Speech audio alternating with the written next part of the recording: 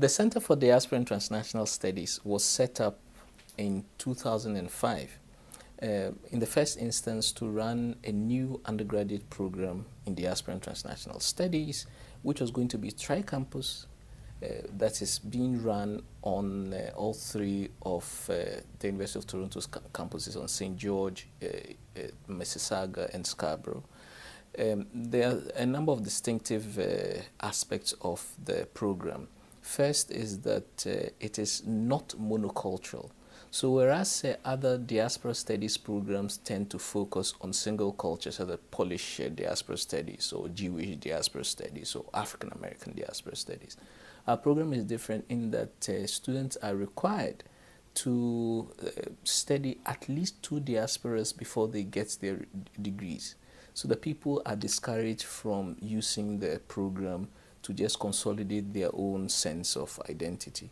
The second thing that makes our program distinctive is that it is interdisciplinary. So students are encouraged to take courses from both the social sciences and the humanities, which are offered to them in different menus. We currently have over 130 course offerings across the 3 campuses.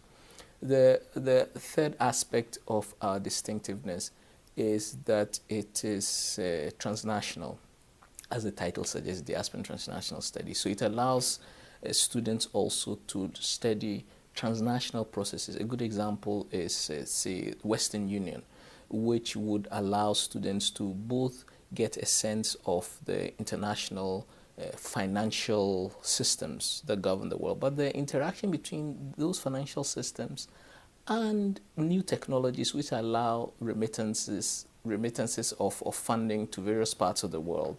Now, this is transnational and is not necessarily connected to any diaspora or cultural group.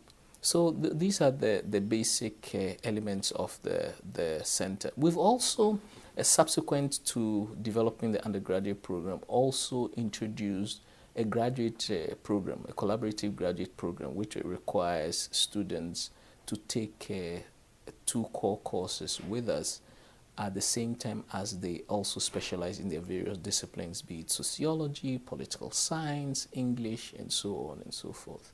The other thing that the center has been noted for is running a number of quite successful international conferences.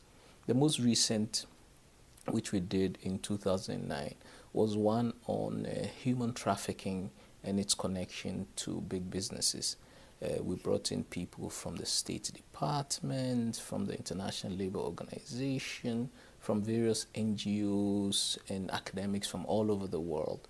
It was very fascinating for the disclosures that were made. For example, the relation between the big food giants, McDonald's, Burger King, and so on, and the tomato growers in the United States. But the link between tomato growers and seasonal labor migrants who come from Mexico. So that there's actually quite a peculiar link between the hamburgers we eat and the illicit labor that feeds us.